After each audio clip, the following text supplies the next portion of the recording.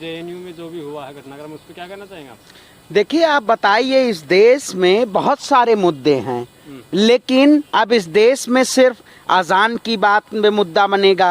अब खाना, मुर्गा, मछली और इन सब मुद्दों पे भारतीय जनता पार्टी अब आने वाला चुनाव लड़ना चाहती है।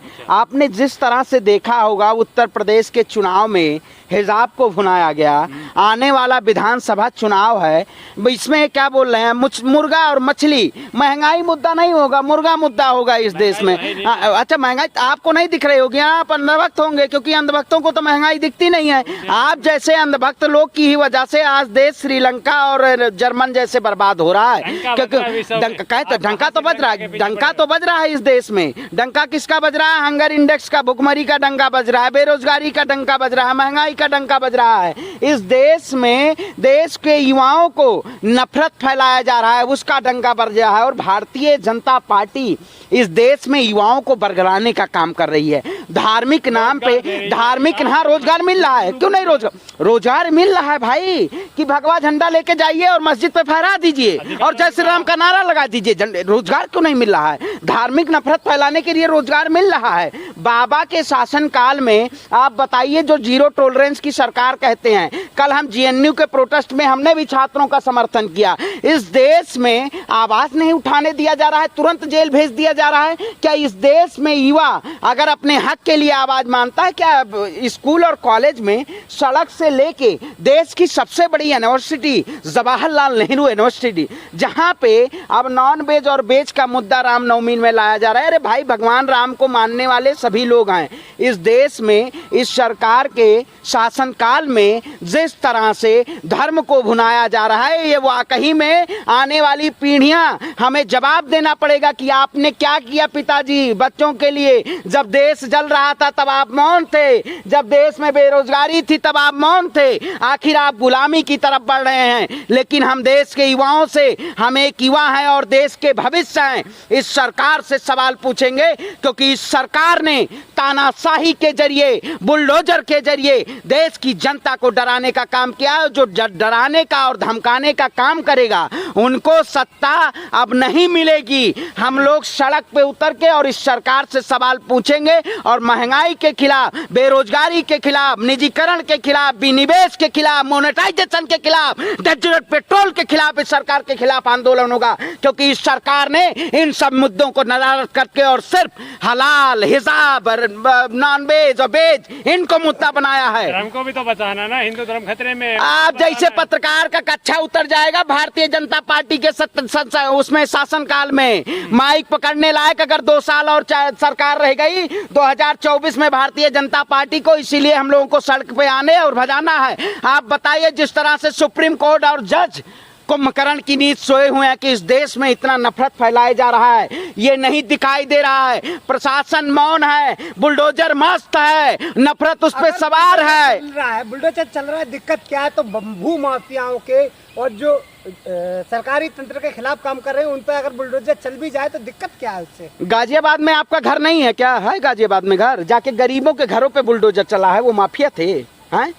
माफिया थे। आप सच पूछ रहे हैं? आप बलिया के 4 पत्रकारों के खिलाफ रोज आंदोलन चल रहा है, जन आंदोलन चल रहा है, क्यों गिरफ्तार किया गया है? आप बताइए। इस देश में कार्यपालिका, न्यायपालिका, विधायिका और पत्रकारिता को ध्वस्त करते क्या इस देश में तानाशाही का उदय हो रहा है? इस देश में तानाशाही की सरकार आने वाली है। लेकिन हम जैसे युवा तानाशाही सरकार, क्योंकि आजाद भगत सिंह असेंबली में नहीं, वो मेंबर ऑफ पार्लियामेंट में नहीं थे, वो सड़क से ही उन्होंने आवाज उठा दी थी और देश का पार्लियामेंट हिल गया था। इसीलिए हम भी भगत सिंह के वंशज हैं। ऐसी हुंकार भरेंगे कि हमारी पार्लियामेंट हिलेगी और इस सरकार को घुटने टेकना पड़ेगा, क्योंकि इस सरकार को हमने घुटने टेकवाए हैं। किसान आंदोलन में घुटने टेक, देश हिंदू राष्ट्र बन जाता है, उसमें दिक्कत क्या है? अरे बनाइए ना आप हिंदू राष्ट्र। हिंदू मुसलमान को लड़ा क्या बनाएगा? मोदी जी क्यों नहीं हिंदू राष्ट्र बना दे रहे हैं? इस देश में हिंदू राष्ट्र के नाम पे, हिंदू राष्ट्र भारत भारत 2072 के बाद भी नहीं बन पाएगा।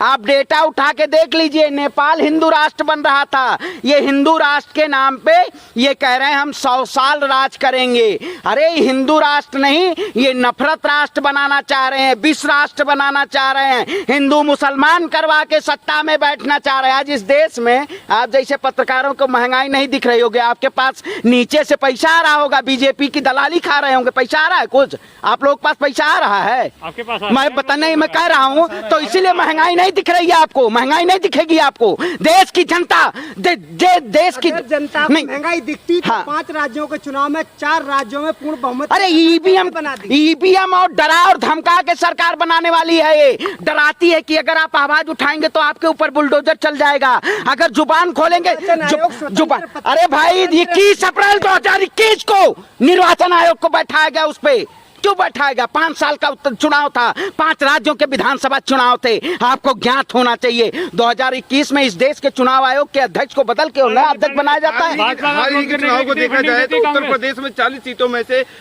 37 सीटें एमएलसी की भाजपा सरकार लेकर आई है, उस पर आप क्या कहेंगे? देखिए, तो वही कर, इन्होंने तो ब्लॉक प्रमुखी में गुंडई का चीरहरण का काम किया, इन्होंने लोगों को पर्चा भरवाने का काम नहीं किया। तो ये तानाशाही, ये लोगों को जरा और धमका दिया जाएगा कि आप ग्राम प्रधान हैं, आप बीडीसी हैं, बाबा को वोट दीजिएगा नहीं, घर पे बुलडोजर जाएगा। तो इस देश की जनता है, इस देश की जनता से ये डरा धमका के नहीं, हम जैसे युवा हैं आवाज उठाएंगे। मैं कहता हूँ आज देश में बहुत सारे मुद्दे हैं, उन मुद्दों पे ये सरकार बात नहीं करना चाहती है। वो डरा धमका नहीं रहे, वो कह रहे हैं लाउड स्पीकर पर, तो कह रहे हैं, वो तो समझा रहे हैं, वो आपको कह रहे हैं कि जब इस्लाम में ये नहीं है, चिल्लाना अलाउड नहीं है, तो आप इनको कम। आप बताइए, इस देश में जब 800 साल मुगलों ने शासन किया तब हिंदू खतरे में नहीं था, 180 साल अंग्रेजों ने हुकूमत की तब हिंदू खतरे में नहीं था, नहीं, और 7 साल बीजेपी शासन में आ गई तो कह रहे हिंदू खतरे में है। अरे इसी शासन काल में हिंदुओं को गाजर मूली की तरह काटा गया है। मैं भी ब्राह्मण परिवार से आता हूं। अब आप बताइए, भारतीय जनता पार्टी कहती है हम देशद्रोही हैं, हम खालिस्तानी हैं, हम किसानों के हक के लिए आवाज उठाएं, देश के युवा के लिए आवाज उठाएं। तो मैं प्रधानमंत्री मोदी जी से कहता हूं, जब आप देश की जनता से माफी मांग रहे थे तो अब भी देश की जनता से आप माफी मांग लीजिए कि आपके तपस्या में कोई कमी हो गई होगी। मैं प्रधानमंत्री पद से इस्तीफा दे रहा हूं भाई। तो वो प्रधानमंत्री पद से इस्तीफा क्यों दे? क्या तो उन्होंने कहा था देश के, वही तो अंधभक्ति वाली बात हो गई। किसान जब आंदोलन कर रहा था तब कह रहे थे तो खालिस्तानी है, ये तो पाकिस्तानी है, ये तो देशद्रोही है। अब देश में किसान आंदोलन ही एक नहीं, अब बहुत सारे मुद्दे हैं, उन सभी मुद्दों लेके जिस तरह से जेपी आंदोलन हुआ था उसी तरह से इस देश में भाजपा के प्रति आपके मन में इतना जहर क्यों है? आप बताइए, 2014 से पहले मोदी जी देश के प्रधानमंत्री तो नहीं थे, योगी जी 2017 के बाद मुख्यमंत्री बने हैं। तो सवाल योगी जी से पूछेंगे कि अपने बाप से जाके पूछने जाएंगे? बताइए। या नहीं, आप बताइए, हमारी नीति, सरकार की नीतियां आप बताइए। सरकार की नीतियां मुद्दों पे नहीं बात होती है। सरकार जब कहीं चुनाव आएगा तो हिंदू मुस्लिम मुद्दा ले आएगी, कोई बिल ले आएगा। आप जाके कश्मीर में देखिए ना, धारा 370 हटा, क्या कश्मीर की आवाम को क्या फायदा मिला? हम अभी कश्मीर से क्या फायदा मिला? क्योंकि ये कश्मीर को सिर्फ मुद्दा बना के इस देश में आप जैसे लोगों को ना भारतीय, सुनिए, अच्छा हिंदू, अच्छा इससे पहले देखिए, इससे पहले तिरंगा की बात वही कहते हैं लोग, कुछ लोग आजादी का अमृत महोत्सव मंगा रहे हैं। हमें आपको आजादी की कद्र करनी चाहिए, ना कि आजादी के द्वारा हमें सत्ता में आना है। अमृत की वर्षा हो रही है, देखिएगा, आपको भी अमृत थोड़ा ज्यादा लीजिएगा, क्योंकि भारतीय जनता अमृत काल में आप हैं। ठीक है, मेक इन इंडिया में है, स्किल इंडिया में है, आप डेवलपमेंट में हैं, बीजेपी के सबके साथ सबके विकास में हैं। बीजेपी का सबसे विनाश करने का काम किया जनता ने। ठीक है, ये make in India, skill India, development India, ये कौन सा इंडिया बनाना चाहते हैं आप? नए भारत को जहर वाला भारत बनाना चाहते हैं आप? अच्छा हिंदू, अच्छा हिंदू, क्या हम हिंदू इससे पहले नहीं थे? इससे पहले हम क्या थे? ये इजराइल और अफगानिस्तान बनाने आए हो आप लोग? हैं? ये हिंदुस्तान भारत अरे वही जिंदगी भर कर न पाओ कुछ तो 70 साल, क्योंकि आपके पास आपने कितने कौन से सेंट्रल यूनिवर्सिटियां बनाई, आपने कौन से एम्स बनाए, आपने सब निजीकरण करने का काम किया, सब बेचने का काम किया। मोदी यूनिवर्सिटियां बनाई और उसमें तो लोग नवरात्रों अच्छा नवरात्रों में वही तो देखिए, उस देश में मटन चिकन मुर्गा यही मुद्दा ही रह गया है। बीजेपी अगर इस देश में मुस्लिम लोग ना हो तो शायद बीजेपी सियासत में भी ना जाए। बस वही उसके पास महंगाई पे बात करो तो स्मृति ईरानी जी रोने लगेंगी, महंगाई पे बात करो तो बाबा कहेंगे पत्रकारों के पूछ फाड़ लेंगे, और 2014 से पहले इनको खून निकाल के ये सरसों का तेल लाए थे।